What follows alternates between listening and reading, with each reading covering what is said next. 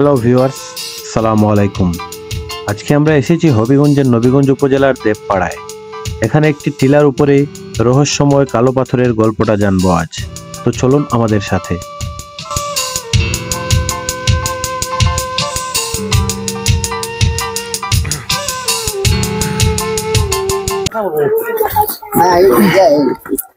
ভাই, আপনি কোথা থেকে আসছেন? আমি তো শ্রীমঙ্গল থেকে। শ্রীমঙ্গল থেকে আসছেন, এখানে কেন আসছেন? তারা আছে এটা মাজাটা দেখবো। এখানে মাজার সম্পর্কে আপনি কি জানেন? জানি খুবই ভালো। কি জানেন মানে এখানে কি আছে? এখানে আসলে কি হয়? এখানে আসলে তোমার মনে হয় যে তাই ভাই অনেক আশা আল্লাহ পূরণ করুন। জি, ভালো লাগে দেখতে, খুব ভালো শুনছি মানুষের মুখে প্রশংসা ভালো খুবই। আর এখানে যে একটা পাথর আছে, এই পাথর সম্পর্কে আপনি কি জানেন? পাথর যে আগে ছোট আসলো এখন মনে হয় বড় আস্তে আস্তে। ভিউয়ার দেখতে পাচ্ছেন যে এখানে এই যে একটা পরিবার, তারা এই জায়গাটিতে এসেছেন। এখানে বিশ্বাস করেন তারা যে এখানে যে নিয়ত করে আসে, নিয়ত মানুষের এই পূরণ হয়। যে উপরে দেখতে পাচ্ছেন যে এই হলো রাস্তা, আর সিঁড়ি করা আছে এখানে ওঠার জন্য। আর এই উপরে হলো জায়গাটি, এটি হলো কুড়িটিলা বলা হয়। আর উপরে গেলেই আমরা দেখতে পারবো যে এখানে যে পাথর আছে এবং এখানে একটি শতবর্ষী বটগাছ আছে। তো ভিউয়ার্স চলেন আমরা যাই। আর এই যে পুরো এরিয়াটা পুরো পাহাড় এবং টিলায় ঘেরা, খুবই সুন্দর মনোরম লোকেশনে জায়গাটি। আপনারা আসতে পারেন এখানে। পূর্ব দেবপাড়া কয় আপনার? হ্যাঁ, এখানে পূর্ব দেবপাড়া শাহজালাল, এখানে শাহজালাল আছে আপনার মাদ্রাসা আছে।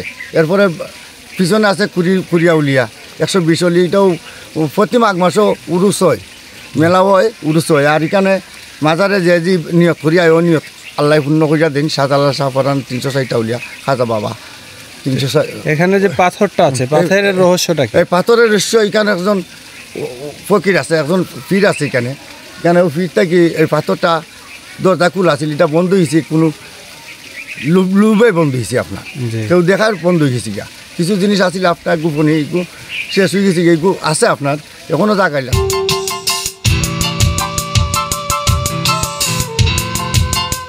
দেবপাড়া ইউনিয়নের কবলেশ্বর গ্রামের পাশে 1000 বছরের পুরনো জঙ্গল বাড়িতে অন্তত 1000 ফুট উঁচু পাহাড়ের নাম করিটিলা।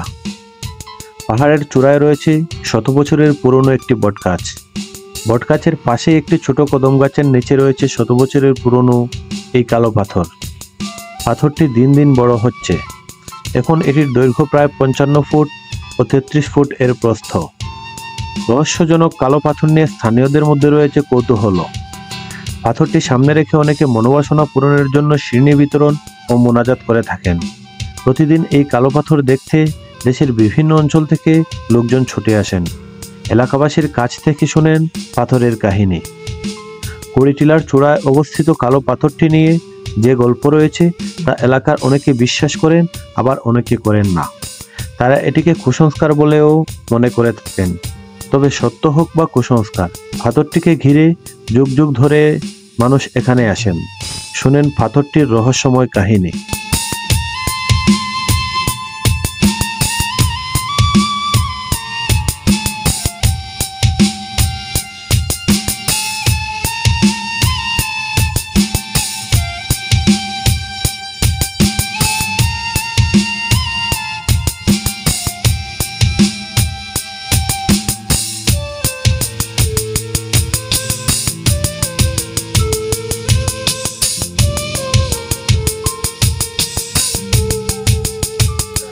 সো ভিউয়ার্স দেখেন, এই বটগাছটা আপনাদেরকে দেখানোর চেষ্টা করছি। তো প্রকাণ্ড একটি বটগাছ, এই যে অনেক প্রাচীন, এবং এর ডালগুলো দেখেন, এক একটা ডাল এক একটা গাছের মতো।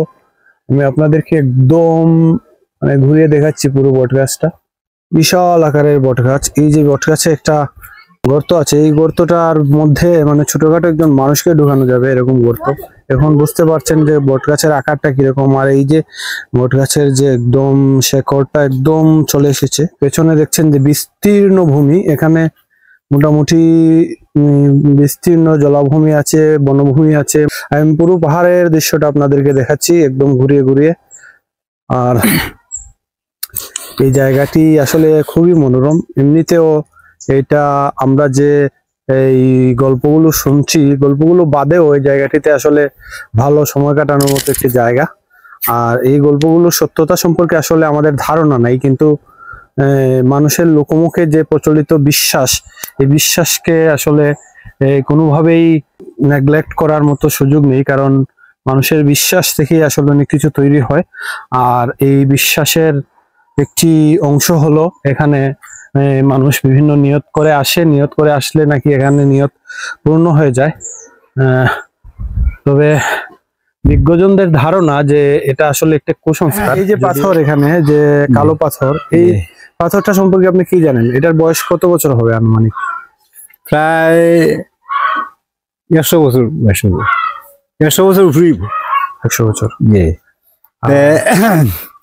আমার বাচ্চা আমার চোন আপনার পাথরের কোনো পরিচয় পাইছিল না পয়লা। হাতর তো ছোট আছি, হাতরটা আস্তে আস্তে বড় হইতে লাগলো।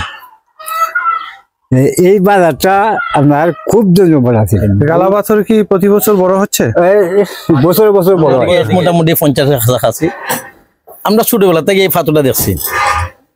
পাথরটা আমরা বয়সে দেখছি যে ছোট ছিল, আস্তে আস্তে আস্তে তো অনেক বড় হয়েছে। প্রতিদিন অনেক শরণার্থী এখানে আসে। আর ওই যে আমার মুরব্বি যেটা হইলা, আগে শনি মঙ্গলবারে নাকি শুনছি আমরা, ওইদিকে একটা টিলা আছে মিট টিলা, এটার নাম করে টিলা। তো তারা শনি মঙ্গলবার নাকি তারা ডাক রাখে, মামু বাগনা মামু বাগনা, এটা ডাকতো মামু, এটা ডাকতো বাগনা। এটা কিন্তু আবার অনেক সত্য জমানা কথা, কিন্তু এটা কিন্তু অনেকে শুনছে জানছে। তুই আমার বাড়ি এলাকাতেই আমরা দেখছি এইভাবে এটা চলতেছে আর কি। বিভিন্ন জায়গা থেকে মানুষ, হ্যাঁ অনেক অনেক মানুষ আছে, প্রত্যেক দিন 150 জন মানুষ আসতেছে, যাইতেছে, উঠতেছে, দেখতেছে। আপনাদের ধারণা মতে এটা আপনাদের? হ্যাঁ আমাদের ধারণা মতো যে এটা একটা অলির মাজার। ওই মুরব্বি যেটা বললো যে ওইখানে যেখান থেকে ওই যে মাছের কাদা পাদ, ওই যে বাজার টুকাইয়া অলিরা নিয়ে গেছে, ফাঁক করছে, খাইছে, খাওয়ার পরে দেখা গেছে যে এই যে ঘটনাটা। কোন অলি, কোন নির্দিষ্ট কোন নাম ঠিকানা? এখানে সৈয়দ কৌশল নামে এখানে একটা মেলা হয় প্রতি বছর।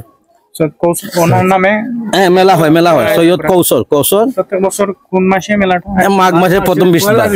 এই যে আমার পিছনে যে দেখতে পাচ্ছেন যে পাথরটি, এটি হলো কালো পাথর, এবং এই পাথরটি দেখার জন্যই আসলে দেশের বিভিন্ন প্রান্ত থেকে মানুষ এখানে ছুটে আসেন। আর আপনাদেরকে আমরা দেখালাম যে কিছুক্ষণ আগে এই শ্রীমঙ্গলের বাসিন্দা, ওনারা সিএনজি নিয়ে এখানে চলে এসেছেন অনেক দূর থেকে। তো ওনারা আসলে এই জায়গাটিকে একটি পীর ফকিরের আস্তানা মনে করেন, এবং এখানে আসলে নাকি নিয়ত পরিপূর্ণ হয়। জানি না এটা আসলে রূপকথা না বাস্তব, তো যেটাই হয়ে থাকুক না কেন মানুষের বিশ্বাস এটা। আজকের মতো আমি এই পাথর থেকে এখান থেকে বিদায় নিচ্ছি। ভিউয়ার্স, চলেন আমরা এখন চলে যাব আমাদের গন্তব্যে, আর দেখা হবে পরবর্তী কোনো ভিডিওতে।